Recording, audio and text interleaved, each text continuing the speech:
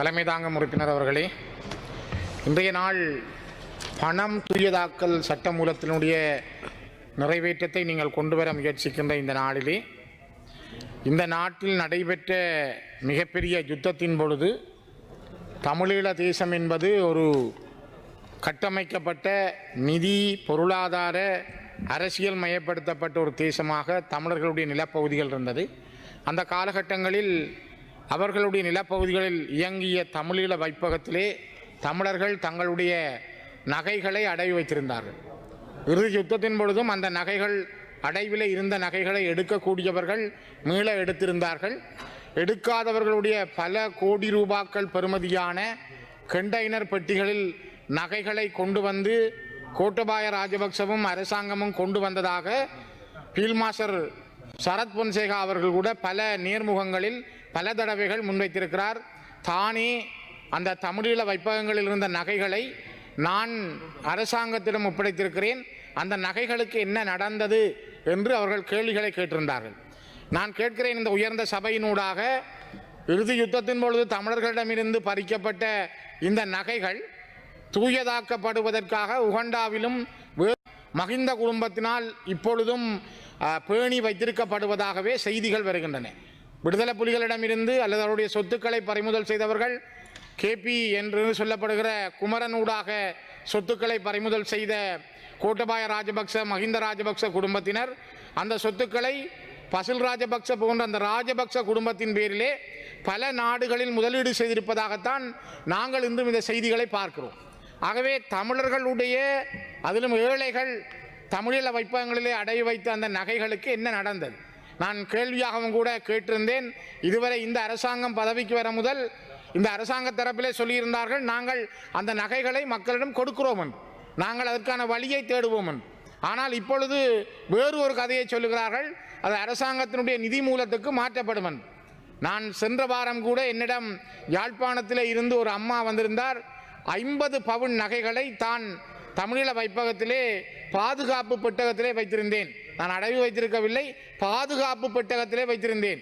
இதனை விட இதுவரை கிட்டத்தட்ட 816 பேர் என்னிடம் தங்களுடைய விண்ணப்பங்களை தந்திருக்கிறார்கள். தங்களுடைய தமிழீழ வைப்பகத்திலே வைக்கப்பட்ட அடைவு நகைகளை மீட்டு தாருங்கள், அது இலங்கை அரசாங்கத்தினுடைய படைகள் தானே கொண்டு போயிருக்கின்றன, அதனை அரசாங்கமே ஒப்புக்கொண்டிருக்கிறது, இப்பொழுது வந்திருக்கிற அரசாங்கம் சொல்லி இருக்கிறது, நாங்கள் அதனை அந்த மக்களுக்கு வழங்குவோம் என்று. ஆகவே நீங்கள் ஒரு நேர்மையான கண்ணியமிக்க அரசாங்கம், நீங்கள் இன்று உங்களுடைய பெயரை நல்லதாக்குவதற்காக பல பெயர்களை சொல்லுகிறீர்கள். அப்படியானால் கடந்த அரசாங்கம் கொள்ளையடித்த தமிழ் மக்களுடைய தமிழீழ வைப்பகத்திலே வைக்கப்பட்ட நகையை மீட்டெடுத்து அதை தமிழ் மக்களிடம் வழங்குவதற்கு என்ன தடை இருக்கிறது? ஏன் நீங்கள் அதனை அந்த மக்களிடம் வழங்கக்கூடாது? நீங்கள் எத்தனையோ பேருக்கு விசாரணை நடத்துகிறீர்கள்.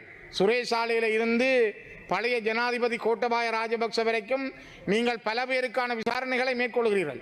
இந்த நகைக்கு என்ன நடந்தது? இது தமிழர்களுடைய நகை என்பதனால் நீங்கள் விசாரணை செய்யாமல் விடப் போகிறீர்களா? அல்லது இங்கும் ஒரு மிகப்பெரிய ஊழல் நடந்திருக்கிறது, மிகப்பெரிய ஒரு கரப்ஷன் நடந்திருக்கிறது, அப்படியானால் இந்த நகைகளுக்கு என்ன நடந்தது என்பதை விசாரிக்காமல் விடப் போகிறீர்களா? தயவு செய்து பணத்தை மட்டும் தூயதாக்கல் மட்டுமல்ல, இந்த நடந்து போன மிகப்பெரிய அநியாயத்துக்கு எதிராக பாதிக்கப்பட்ட மக்களுக்காக அவர்களுடைய நகைகளை மீளப் பெறுவதற்கு இந்த அரசாங்கம் உடன் நடவடிக்கை மேற்கொள்ள வேண்டும். கடந்த காலத்திலே மஹிந்த ராஜபக்ச காலத்திலும் சொன்னார்கள், நாங்கள் அந்த நகைகளை வழங்க இருக்கிறோம் என்று சொன்னார்கள், நீங்களும் சொன்னீர்கள். ஆனால் நீங்களும் இதுவரை எந்த விதமான முன்முயற்சிகளையும் மேற்கொள்ளவில்லை. உங்களுடைய தேர்தல் வாக்குறுதிகளில் இருந்து பல விடயங்கள் இன்று பறந்து கொண்டிருக்கின்றன. சொல்லப்பட்ட தேர்தல் வாக்குறுதிகள் நடைமுறைப்படுத்தப்பட முடியாமல் இருக்கிறது. ஆகவேதான் கௌரவ தலைமை தாங்கும் உறுப்பினர் அவர்களே, நான் குறிப்பிடுவது, தமிழீழ வைப்பகத்திலே தங்களுடைய விவசாய செய்கைக்காக, பிள்ளைகளுக்காக, குடும்பத்துக்காக அடைவு வைத்த அந்த நகைகளை இன்று எத்தனையோ குமர் பிள்ளைகளை கரை சேர்க்க முடியாமல், தங்களுடைய குடும்பத்துக்குரிய நகைகளை மீட்க முடியாமல் இந்த குடும்பங்கள் பரிதவிக்கின்றன. ஆகவே இது ஒரு கண்ணியத்தோடும் கருணையோடும் அவர்களுடைய நகைகளை அவர்களிடம் வழங்குவதற்கு அரசாங்கம் முயற்சி செய்ய வேண்டும். முதலிலே நீங்கள் ஒவ்வொரு மாவட்ட ரீதியாக அரசாங்க அதிபர்களுக்கூடாக இவ்வாறு தமிழீழ வைப்பகத்திலே நகையை அடை வைத்தவருடைய பட்டியலை கோருங்கள். எத்தனை ஆயிரம் பேர் இவ்வாறு நகைகளை அடை வைத்திருக்கிறார்கள், அவர்களிடமிருந்து எவ்வளவு நகைகள் அடை வைக்கப்பட்டிருக்கிறது. அப்படியானால் இலங்கையிலே எவ்வளவு கோடி ரூபாய் பெறுமதியான நகைகளை ராஜபக்ஷ குடும்பம் கொள்ளையடித்திருக்கிறது என்பதை வெளியிலே கொண்டு வாருங்கள். இது மிக மிக முக்கியத்துவம் வாய்ந்தது. இதுபோலதான் அண்மை நாட்களிலே நீங்கள் பார்த்திருப்பீர்கள், தமிழர் புனர்வாழ்வு கழகத்தினுடைய நிதியையும் அரசாங்கம் முடக்கியது. பல இடங்களிலே தமிழர்களுக்குரிய ஏழைகளுக்குரிய புனர்வாழ்வு நடவடிக்கைகளை செய்த தமிழர் புனர்வாழ்வு கழகம் முன்பள்ளிகளை நடத்தியது, பல பாடசாலைகளுக்கான உதவிகளை செய்தது, இடம்பெயர்ந்த மக்களுக்கான உதவிகளை வழங்கியது. இவ்வாறான தமிழர் புனர்வாழ்வு கழகத்துக்கு இலங்கையினுடைய சட்ட ரீதியான வங்கிகளில் கணக்கிலக்கங்கள் இருந்தன, அதிலே வைப்புகள் இருந்தது, நிலையான வைப்புகள் இருந்தது. நான் பலமுறை இந்த உயர்ந்த சபையினூடாக கேட்டிருக்கிறேன். ஆகவே தமிழர் புனர்வாழ்வு கழகத்தினூடாகவும் கொண்டு வரப்பட்ட நிதி உங்களால் முடக்கப்பட்டிருக்கிறது, கடந்த அரசாங்கங்களால் முடக்கப்பட்டிருக்கிறது. முடக்கப்பட்ட அந்த நிதியை உரியவர்களிடம் வழங்குங்கள், தமிழர்களிடம் வழங்குங்கள், அவர்களுக்குரிய நிதியாக அதனை மாற்றீடு செய்யுங்கள். நீங்கள் அதனை வடக்கு கிழக்கு அபிவிருத்திக்காக திருப்பி விடுங்கள். தமிழர் புனர்வாழ்வு கழகத்தினுடைய நிதியை இந்த அரசாங்கம் எப்படி கொள்ளையடிக்க முடியும்? ஒரு அரசாங்கத்தினுடைய வங்கியிலே சட்ட ரீதியாக தங்களுடைய வரைவுகளை, ஆய்வுரிமை வரம்புகளை, யாப்புகளை கொடுத்து தங்களுடைய நிறுவனம் சார்ந்து வைக்கப்பட்டிருந்த வைப்புகளை அரசாங்கம் பகல் கொள்ளை அடித்திருக்கிறது. கடந்த அரசாங்கங்கள் அடித்த அந்த பகல் கொள்ளையை மீட்டெடுத்து நீங்கள் அந்த மக்களிடம் கொண்டு செல்வதற்கான முயற்சிகளை மேற்கொள்ள வேண்டும் என்பதைத்தான் நான் மீண்டும் மீண்டும் வலியுறுத்துகிறேன். ஆகவே நாங்கள் பாதிக்கப்பட்டவர்கள் தமிழர்கள். இது உங்களுக்கு எந்த பாதிப்பும் இல்லை. நான் நினைக்கிறேன் கடந்த காலங்களிலே சிறைச்சாலைகளிலே தமிழர்கள் கொல்லப்படுகிற பொழுது எனக்கு 8 நிமிடங்கள், தயவு செய்து 2 நிமிஷம் தாருங்கள். நாங்கள் பேசுவதற்கு மிக குறைந்த நேரம், அதிலும் நீங்கள் நேரங்களை குறைக்க வேண்டாம். தயவு செய்து 1 நிமிஷமாக தாருங்கள். நான் கேட்பது, இவ்வாறு பாதிக்கப்பட்ட தமிழ் மக்களுடைய உணர்வுகளை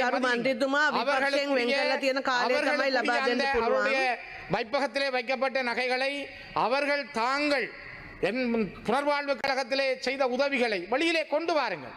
அவர்கள் தொடர்ந்தும் பாதிக்கப்படுகிறார்கள், வஞ்சிக்கப்படுகிறார்கள், சொந்த நிலங்களுக்கு போக முடியாமல் தடுக்கப்படுகிறார்கள். இன்றைக்கும் அவர்கள் தெருக்களிலே போராடுகிறார்கள். நாங்கள் இங்கே பேசிக் கொண்டிருக்கிறோம், வடமராட்சி கிழக்கிலே தமிழர்களுடைய காணிகளை இராணுவத்துக்கு அளக்கிறீர்கள்.